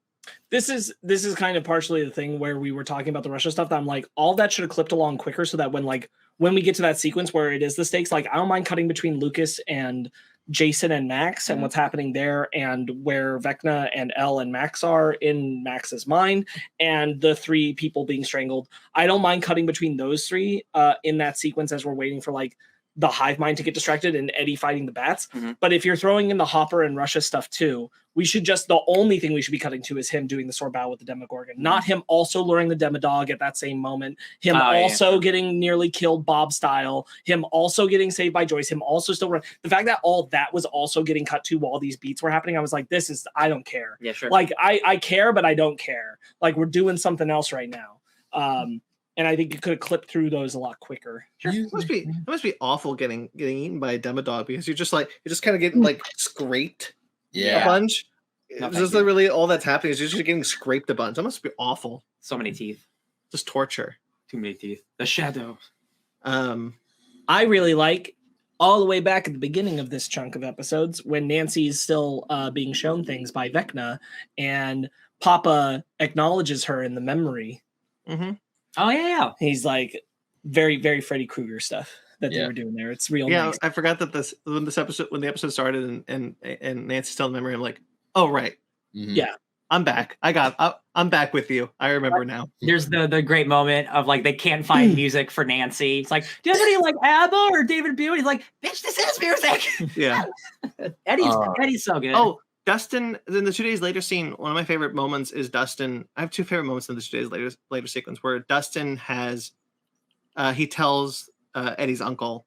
Oh sure. Like what happened. I think that's a beautiful scene. No, I agree. It's one of my favorite things. I mentioned this even when we were doing part 1, that Eddie's uncle I thought was set up to be a very different character from what they decided to do. And I like what they decided to do much more. Like he seemed very much like he was going to be the stereotype, like Eddie was a screw up, Eddie was a piece of, and he was the only person who cared in and believed in Eddie. And and I really like that. Mm-hmm. And I like he keeps like, I'll put up as many flyers as I'll put up as many flyers as need. I don't believe this what happened. Yeah. And like he, and Dustin like telling his uncle like, he's dead, but he died a hero and he was a wonderful person. Mm-hmm. Like I think that's awesome. It's such a great scene. Yeah. The other scene I really like in the 2 days later is when our cast reunite and they all hug and they all like, yay, we're all back together. And I was like, yeah, that works for me. I like these kids. I like that. I'm going backwards because I'm not at the end yet. Dustin, the way that they come up with the plan is because Dustin is like, we know Eleven's weaknesses too. And Eleven's weakness is when they go into the trance state. Mm-hmm. And that's when we can get him. And I thought that was good, like good logic pacing that they use there. Yeah. I like the Nancy when they like throw the cocktails at Vecna and it actually feels like they're actually beating him. And you feel like triumphant. Mm-hmm. They're like, oh, good. We're actually going to do this. We're running up the clock, but it's going to happen. We've got this. Nancy needs to learn how to do some headshots, though. She got a sawed-off shotgun, ride point blank. Girl, hit that guy in the face, please. Also, I was a little like, all right, but like you still have psychic powers, bro. Like you can do something. Yeah, he's getting attacked on 2 fronts. He's on fire. I'd allow it too if he didn't like take back on calm composure, slowly walk towards them while he's on fire. Hey, run. And then I'm like, if he's like that, he could like, Yeah, I don't care. That's catch him, blow him out of the wall. Nah. He's on fire. I'm okay. On fire, but totally cool. Well, what is he gonna start running around? He's never run before. No, I just mean like, once he gets shot, if he was like, in pain, if he was in agony, if he was distracted, like I'd buy that. It's the fact that he faces them down, completely calm composure, slowly walking towards them, that I'm like, so he seems like he's in control. He's got it. Yeah. Mind battles happening. I'm not worried about it. When he does escape, I like that his escape, like everyone, like the people can feel him. Will, I think, says it. Will can. Yeah, Will can. He's hurt, but he's out there still. I saw there's a lot of great theories going around for next season. People think that like people like Jason and Eddie are going to be able to come back as basically like puppets of Vecna. Because now that he doesn't have like like they would come back as like monsters or something. But the theory that I really like was he now needs a physical form, and then he'll use Max because she is so close to death and she can't see. And like he will basically take her body and she will be like the body for Vecna. Can he not just walk out of the gate? What was that? Can he not just walk out of the gate though? Sure. I don't know. I just thought it'd be cool to see Max get taken over by Vecna. Is the way I assumed that the reason why he wanted to open up the big gate is that he's just like walk through. Maybe. Okay, I'm here, bitches, suck it. Because he says that to her. He's like, "Did you really think you killed me? You didn't kill me." Yeah. Like that, he didn't die when L just sent him to the Upside Down and seriously wounded him, but like he didn't die. So as far as he had a physical form that was defeated in this, right? But I still think it's the same form. I think this is his physical form still, just malformed through the Upside Down. Okay. But this is like the thing that we don't have all the answers. Yeah. But maybe he does still need a thing. I'm just guessing. Yeah, I just think it would be a cool, different way of doing Vecna instead of just, hey, I'm back and ugly, like taking over the body of your comatose friend without knowing it. Very spooky. Do we think Max should have died? I mean, I honestly, if she did die, I think it would have been a good tragic death that like not everyone can make it. Like, and like again, like kind of like in the previous volume, like I'm glad she didn't, but like she's in such a terrible state. Like I'm not even sure what they do with that character now. Like unless like because she can't see, she can't walk, so like I'm just like, what are they gonna do with her? In order to do anything, there had to be a significant time jump the next season, which there is going to be apparently. I am tired of Stranger Things fake out deaths that you immediately know are not real.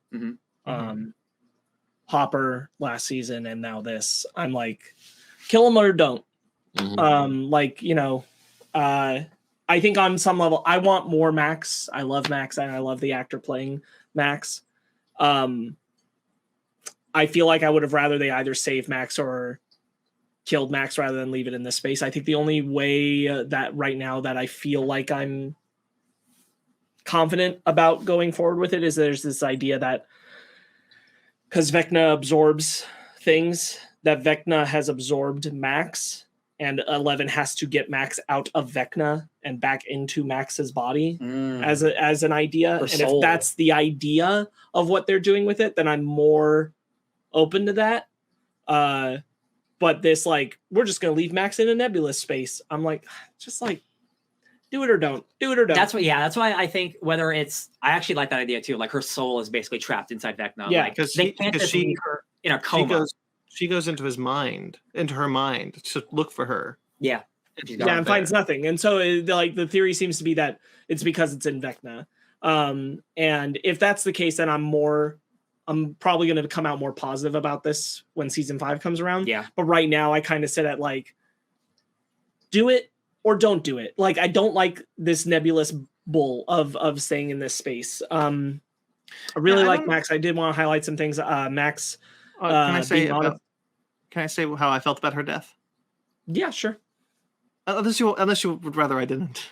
No, go ahead. I just have other thoughts I wanted to share, but go ahead. Sorry. That's fine. Oh, I don't want to anymore. Shit. How do you feel about Max's death?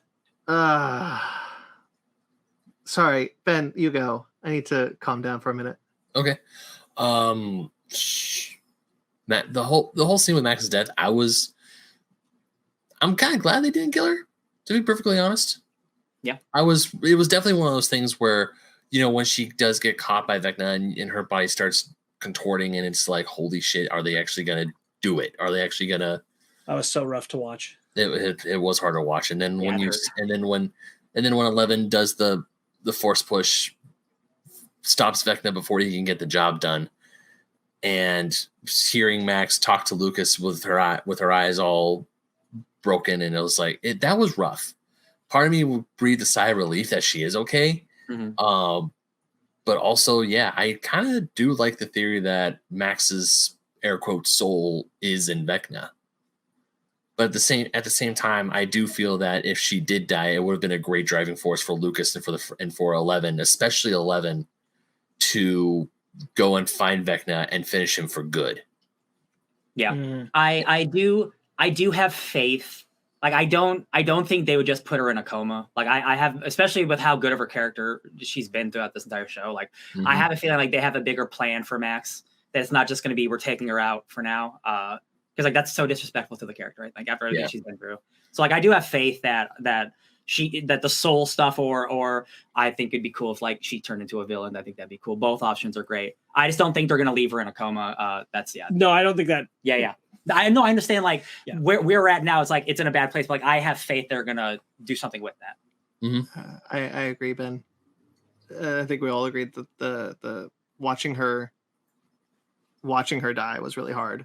Yeah. I'm a little conflicted on her death though, because like I just don't think that like kind of with Sparkz that like we did this with Hopper in the last season, we do it again, and she does die. She actually is dead, which is why the gates are able to open.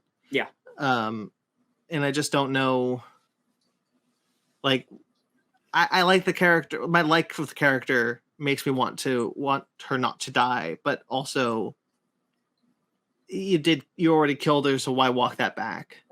It gives Elle more power too, of like she can potentially raise the dead in some way, or they don't give us the information of like was she truly dead or was she literally about to die and she gave her the breath she needed, right?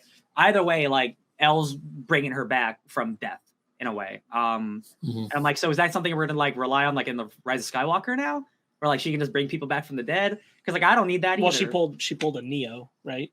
A Neo. That's a good point. Okay, sure. All right. It's very like Neo reviving Trinity. Yeah. I think that I'd probably feel differently if this wasn't a show that had done this trick more than once before, of getting to the end of the season. Oh, his character died. Oh, dang, man, that's rough. Just kidding. And it's like not even a whole season that you wait. It's always like, no, they didn't. Well, don't worry about it. No, they didn't. And like if this were taken not with those things in mind, maybe I'd feel differently, but with those things in mind, I'm like, really rather you commit to a choice. I also think like it's a perfectly solid story to have Max's story end here. I think that's a perfectly good season arc, a tragic ending and all that. Yeah. I hope that there is something like again what we've already alluded to with the idea of what they're going to do. I'm hoping that I'm hoping it's a better how we get Max back than Hopper story. See, I see where y'all are coming from. I don't think it's as egregious because like Hopper, we had to literally wait a season to see. Oh, he just moved out of the way. No, like we didn't get that for Max. Like that'll happen. But we knew he was alive. Yeah, we knew he was alive at the end of the credits for Stranger Things season 3. Yes, I thought he got transported to a dimension instead of just him fall down. So like, I still think that's way more egregious than the thing we get. Yeah, sure. I think Sparkz said that like he you said that you hope that the way that Max is brought back is better than what we learned from what we did with Hopper. Yeah. The gates opening are cool. Didn't think they'd do it, but that's cool. I don't think they did either. So excited again. This is one of the reasons I'm so excited because like they've said like there's gonna be a time jump. However, it can't be that long because the end of the world's happening. We're not just gonna open it's The Last of Us. Like that can't be right. But it is really cool that like the Upside Down is encroaching on the real world, and what does that mean for the future? I think this opens up so many fun possibilities of just monsters showing up all the time. Like whether maybe like the town stuff. It got put to the side, unfortunately, but like that, the kernel of it being there will help the townspeople have like a big war against the Demigorgons in the future or something. Like, right. Well, that's what I mean. Is like now that we know this was the season, right, to do like the town being frustrated and confused. Yes, they don't need to be confused now. They know that a thing is happening. They're going to see it. They still think it's an earthquake because they're silly people. People reporting on the news say it's an earthquake. There are people in the town who are like, bullshit, this is an earthquake. And they're all leaving. Yeah, right. They're like, no, this is worse. This is a volcano. They even say at the end of Mike's dad is watching the news and he's just like, some people think this is caused by a satanic cult called the Hellfire Club. Yeah. So there's still even the satanic panic still. Yeah. I just love how when Jonathan, Will, Argyle, and Mike, they're going back into Hawkins, they just see a caravan of cars going the opposite direction.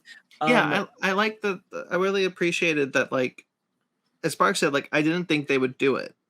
Like, quite honestly, I didn't think they would go that way. And when the gates start opening, when the 4 chimes happen, and you see Robin and Nancy and Steve watch the clock chime, which is still a great sound effect. Yeah, it's really incredible watching all 4 gates open and lead to and collide, and in the amount of devastation, like it's not that it's missing houses, it is going through houses and people are dying and you hear screaming and it looks apocalyptic, and I thought that was ballsy in a way that I just didn't think the show would go. Yeah, no, I agree, for sure, 100%. I agree with that.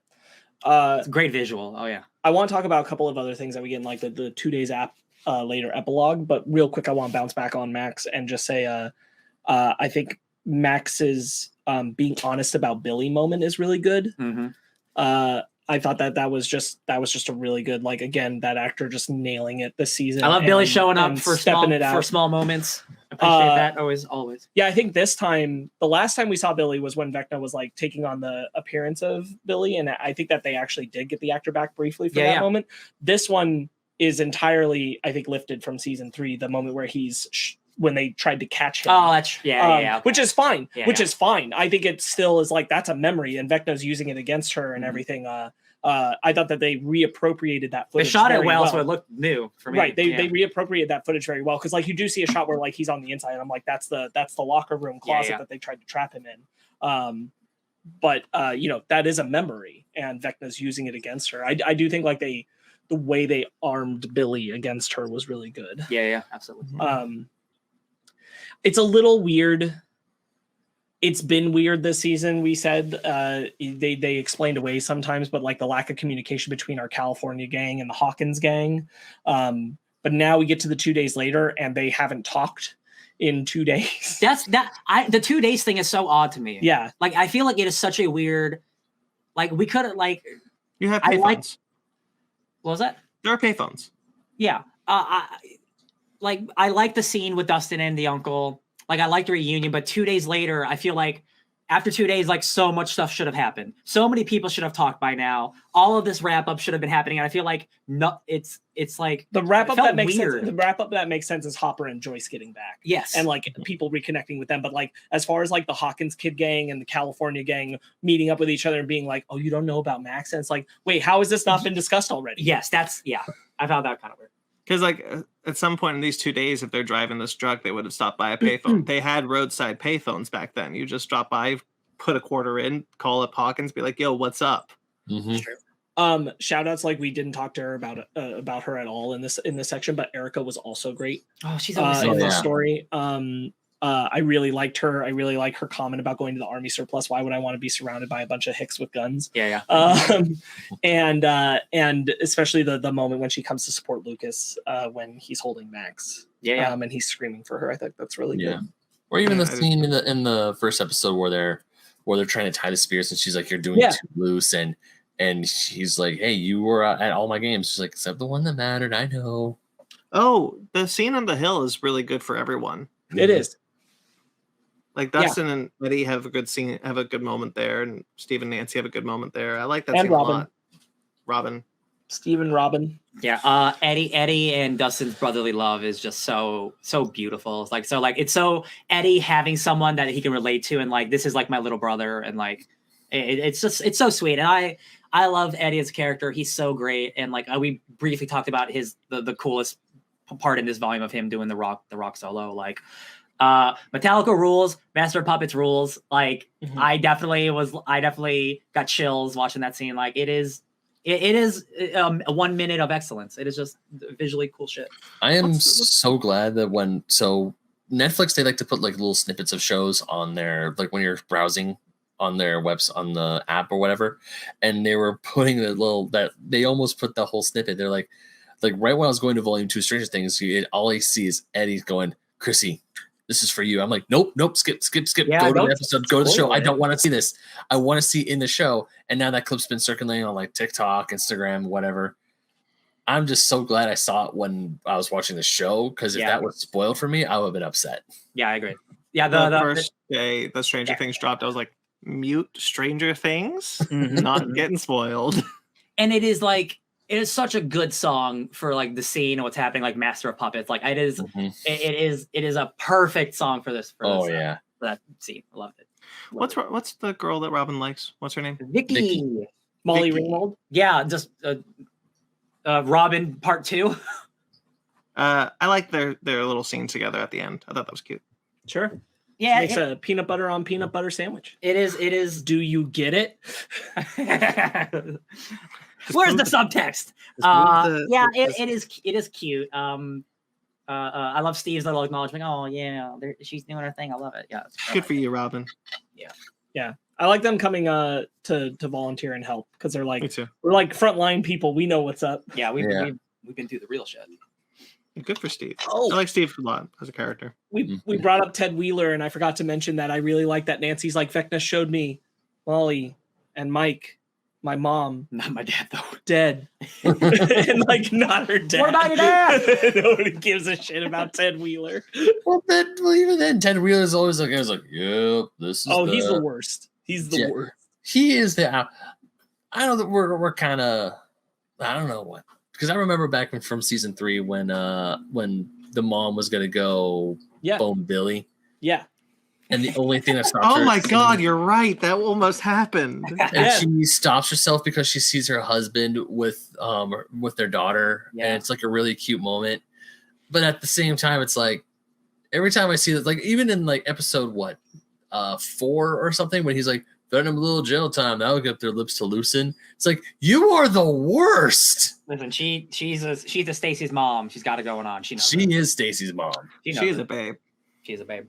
Totally updating her style every season. Hell, I did see the seasons 1, 2, 3, 4, and I'm like, wow, she really has changed. Yeah. The 80s have done a number on Now, her. if only Will Yes. would do the same thing. She follows Oh, the trend. God. He cannot have the bowl cut. Yo, in he's- season 5. He's gonna He be 20. cannot. He's gonna be 21 years old, rocking that bowl cut.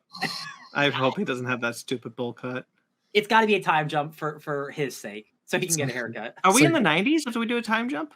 I don't think it's there- gonna be years. I think it'll probably be like, Months? And maybe 1987, because they're. Enough for Millie Bobby Brown to have grown her hair back. oh yeah. I'm going to assume. I'm going to guess 1987 because this year takes place. This is 1986, right? Yeah. I don't think we can have too much time pass because again, the apocalypse is happening, and You're don't- right. I forgot we were in 86. I thought we were in 89. Yeah, I unless they're doing something insane and it is like the end of the world, but I don't think they're going to do that massive of a time jump. I think it'd be cool and bold, but I don't think they're going to do an end game. No, I just forgot the year we were in. If we were in 89, if they did a time jump, I would say we were in 1990. But no, if we're in 86, then we're 87, 88. Yeah, Great, kids now- look old. Yeah, it is so cold. Great. Right now, I'm rewriting the lyrics to Nancy's Mom is going on. Have you guys noticed the episode count of this season 9. 9. and the last season of the show so far? It's been 8, 9, 8, 9. Do what they got to do. And it's just saying that the next one will be 8. I hope so. Also, well, Gotta make a whole movie instead of making 3 episodes. Well, I was which gonna say, clearly like- was. clearly there's like stops where it was an episode because like I remember specifically like after a Vecna speech, it cuts to black and it cuts to a new scene. I'm like, well, there's half an episode. It could have just been 10 episodes. Can we talk about why that probably happened and that it's also kind of shitty because of how the television industry special works? effects? Maybe. Nope. It's because they have to pay actors less for a less amount of episodes. Oh, that's like 3 episodes. Especially kids, underage minors. Oh, They yeah. don't have to worry about the worker rights as much when they're doing less episodes. Man, does that suck. 7-hour episode next season. Well, as long as they get 8 episodes to make my OCD happy, whatever. There you go. That was a horrible joke. I'm sorry. We should go. No, I'm you're done. fine. I'm trying to think if there was anything else in the 2 days later sequence I want to touch. I mean, I do like Hopper and Eleven's reunion. It's really sweet. I think it's really good. Absolutely. You lost. Or like said, like we look the same now or something because like we both like lost weight and we're shaving head. And like yeah. Kept the door open 3 inches. So, yeah, exactly. Yeah. Oh, we didn't talk about it, but like they clearly set us up for this. So we're are we team Steve? We team Jonathan? I mean, I think we're all team Steve. Team Steve. Oh, we talked about with Nancy? Yeah, I mean that's what they did with them this No, season. I is get set up it. a triangle. The thing is, like, no. they set up a triangle where like Jonathan seems like he wants out, and I'm like, I really, don't just think- get out. I don't think he wants out. I just think they didn't write him to do enough stuff with Nancy. And like my problem with it is and I get like it's a thing like you want like your friend to be with the right person, but like every single character was like, hey, you and Nancy, huh? And I'm like, that didn't feel organic to me. No, it didn't. It did not feel organic. And like just because Jonathan and Nancy aren't like the one true pairing doesn't mean that they have to break up so the one true pairing can happen. Like I I am for Jonathan. He clearly still likes Nancy. It's Nancy's probably the one who's like, oh, I've spent so much time with Steve now. Maybe he's the guy. I think Jonathan can get a win. Steve's won. He's the handsomest, most popular guy in the show. Let Jonathan win. Here's it. I'll say it this way, which is I would usually agree with you. Yeah. The way that they wrote both the characters this season makes me team Steve, only because they set it up for Steve to basically say like Steve's path to happiness that he's discovered it right now is to be with Nancy, and Jonathan says to Argyle that he basically is going to slowly ghost Nancy out of his life. And I'm like, like I would have agreed in the seasons before that I preferred Nancy and Jonathan, but they've kind of written them into this space where like, I don't see how I can stay invested in Jonathan and Nancy right now. I'm not going to disagree with you. I just don't. Which is a poor development on Jonathan's character. And Yeah. I don't disagree with that. Yeah, I think it was badly handled, but that's where we are right now. And so I'm like, kind of over that. No, I'm with you. I just wish it's like they set Jonathan up for failure. Really is what they did. Yeah. And it's like, and I get like, yeah, Nancy and Steve being the couple. But if it wasn't so shoehorned in every character saying you guys belong together, I'd probably feel differently. Sure. If it was more organic. Yeah. But it didn't feel organic for me. I don't care who he ends up with. I'm always on Team Steve. Mm-hmm. I love Joe Keery so much. He's great. He's great. Even in Stranger Things and Free Guy, just every time I see his name on a project, I'm like, yay! I forget because I didn't watch the first season, but like clips of season 1 Steve are there, and he was an asshole. And I'm like, man, he has grown so much. What a truly incredible character of a TV character. Like he's pulling a very, very, very light Zuko, and like you kind of hate him in the beginning, but you grow to love him near the end. Yeah. Maybe Jason could have gotten there too, but we'll never know. No, I got halved. No, screw that guy. He got halved by Always would have hated him. Always would have hated him. He'll come back as a monster. I hope we see more new monsters. That's what I want. That's my one. What's one thing y'all want from season 5? I want new cool monsters. I want a beholder. Oh, big eyeballs. Lots of eyeballs. I like a beholder too. I don't know. Literally anything, Brandon. Come on. Literally anything. I haven't thought about it. Cool. You got anything, Sparkz? Anything you'd like at all? I'm trying to think about something besides new cool monsters. Yeah. That's what I was trying to do too. I want I don't want time travel. That's something like we're saying like, what do we want? I don't want time travel. I just I do not want it. I think we're safe from it. I think we might be. I want a satisfying 11 Max reconnection, because I think what was done well, and unfortunately they just didn't have the previous season work. This is another reason why I think it was a bummer. God, I'm so glad I got back to this point. This is another reason I think it was a mistake to move 11 out of Hawkins. The 11 and Max stuff would have landed so much better if 11 had been with Max this entire time and supporting Max and connecting with Max. But unfortunately, they can only pull from that episode where they decided boys are gross in season 3 and use that constantly as the like they're there for each other. And I'm like, man, this would have landed harder if we had like stuff you could have filmed that was like new of what happened in the time between these characters, because I do appreciate making that female friendship front and center about those two characters. I wish that I had the notion that they were around each other, supporting each other to some extent, even as Max might have been pushing 11 away during this period of time. So I agree and don't. I wish we had more time before this season for them to have that, because I think it's important that Elle shows up in her mind, not have been there the whole season. I think that's important. But I do agree they should have more stuff than the one scene that everyone knows that. That's more me tying it into the point of like having Will and Jonathan away from Mike and Nancy also is hurting like these character relationships when we're coming into the season. So like the moving them out of Hawkins thing didn't quite work with all these relationships, and this is another one that kind of suffered from. Yeah, I feel that. Yeah. I would like to make an amendment to my statement earlier. Yeah. If like seeing a monster that they dub the Beholder would be really cool, but also something that just make my nerd heart super happy is if like the final monster just shows up and they name it Tiamat. That just make me happy.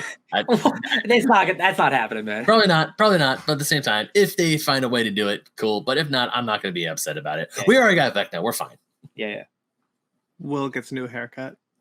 That's what I want. That's a good one. That's a very good one. More than anything, Will gets a new haircut. For the love sake of of that God, actor. save this That poor poor kid. man. Because I saw him on Jimmy Kimmel. The kid is like the dude looks good with a normal haircut. He actually looks really good with like long hair too. It's just the bowl cut that's just like please help this child. I want 11 to realize they can do better than Mike. I hope they can have, because it is like young love is cute and everything, and I hope they can break up in a happy way where they realize that we can be friends. I don't want it to be like drama for the sake of drama. You know what I mean? Like, I hope they can have like a nice breakup, not like a. I feel like they put the nail in that coffin with the way that like Mike shouts out to 11 how he loves her, and like I was afraid because I thought you'd realize that you were too good for me, and I'm like, man, yeah, she should. They're just gonna be together. I think they're just gonna have to. I think so too. And Yeah, they're just gonna be together. If I just that's hope the Mike- case, then Finn Wolfhard needs to go back to acting class. Or just like give him more compelling stuff to write. Yeah, Or to agree. write him better. He's a bad character. Yeah, 'cause, like, he's been written poorly. It's also he's been giving shit to do. So So Twofold. double-edged. So fix the writing and fix the acting, because Yeah. regardless of the writing, he's not delivering his Oh, lines no, well. absolutely. He's Yeah. not being a That's- good actor this season. That's definitely true. If you're gonna keep trying to tell me that Mike's the heart, then you better show me in season 5 that Mike is the heart. yeah. Because I ain't feeling it. If I don't see Mike from season 2 and season 1 in next season, then he can die, and I'm cool. Where did you go, Mike? I miss you. You were the best. You were the best of Alright. us. Anything else? Bring we wanna back bring up? Eddie. As a monster. I don't care. He how. could be the puppet from the Puppet Master. I'm just saying it would work. Didn't someone online? I don't know enough about Dungeons and Dragons to say anything about this, but like, didn't someone say that Vecna has like underlings, like a minion in Dungeons and Dragons? Yeah, Vecna is essentially a super high-powered necromancer. His minions are in Critical Role / D&D, is mostly from Critical Role. His minions are the Briarwoods, which is essentially a vampire and a undead ghoul. It would I guess be people said that that could be it. yeah, it would be cool if the final season, like Vecna, Mindflayer is still our final battle, but we get like generals. So like evil Eddie or like evil Jason, and like those are like our opposing threats before the big bad. Like that would be cool. I have faith in more creativity and monster stuff, because not like the Demogorgons are ugly, but like we've had the same ones for so long. Like, show me just a little something new for this final season, baby. Yeah. I piggybacked from a pizza dough freezer is one of my favorite lines of the season. Yeah. Like we briefly touched like Millie Bobby Brown, like I forget because I haven't seen Enola Holmes or anything else she's in, but I forget she is so good. She is so good at being like that. She was like that closeted, like she doesn't speak as well as everyone else. Like she kind of speaks, like almost robotic at times, like not without the same cadences, but like that line is hilarious. Mhm. And she's just saying what just happened. I'm like, oh my God, she's so good at being this type of character. Like she's Yeah, like her 11. Godzilla movies are not good indicators of her acting ability. Oh, right. She is in those movies. That's very true. She's Mhm. just a person in those movies. Those movies aren't good indicators of any of the actors Yeah. in it acting's abilities. Yeah, it's true. Yeah, yeah. I love. Overall, I'm still happy with the show. I think the highs are incredibly high. It kind of slogged. The slog continued to slog in a long season. Anything else? Season probably didn't need to be this many hours. Could have been shorter. Could have been tighter. Yeah, We just didn't have to spend as much time with characters who weren't doing anything. yeah, I agree. That's fair. Okay. So that'll do it. This is probably going up after our most recent episode, correct, Sparkz? Yep. Cool. So this latest episode, guys, this is Fake Nerds Watch. Thank you for watching. That's Stranger Things 4, guys. So it's all done. No more Stranger Things until 5. So 2 more stay tuned years. for that. But there's plenty of other Fake Nerds Watch episodes for you can watch that are already out and are upcoming. The Boys, for example, Miss Marvel, for another example, and a final Strange New Worlds that's coming. So stay tuned for all of that. Plus more, I'm sure. Jesus Christ, my cat tried to get in my door and it scared the crap out of me. Jesus. Oh my God. Okay. Good morning. So that's all Fake Nerds Watch. So stay tuned for all of that. It's horrifying, man. Just bam, just the handle just falls. Oh, he did it. He's dead. He's dead. Love it. The door creepily opens and there's my cat. Aw. What a dick. All right, you can check out other shows such as Basement Arcade, Basement Arcade Pause Menu. Both of those are video game shows. Video game Let's Play show for Basement Arcade, and Basement Arcade Pause Menu is a video game discussion show. A recent episode where you guys finally did your quarterly or your half-yearly. Yep. Biannually.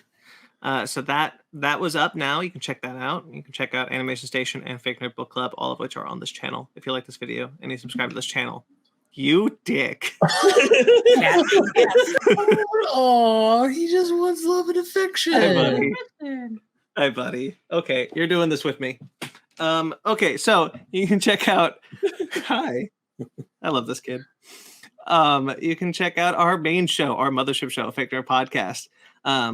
We go live every Sunday, a little earlier than we normally do. You can find that on Sunday. Click the bell icon. You can probably find us if you do that. And this past episode, we've talked about Thor: Love and Thunder, the latest Marvel Cinematic Universe movie, Thor: Love and Thunder. And coming up this week, no episode, and we said it on the last episode, so you should already know by now.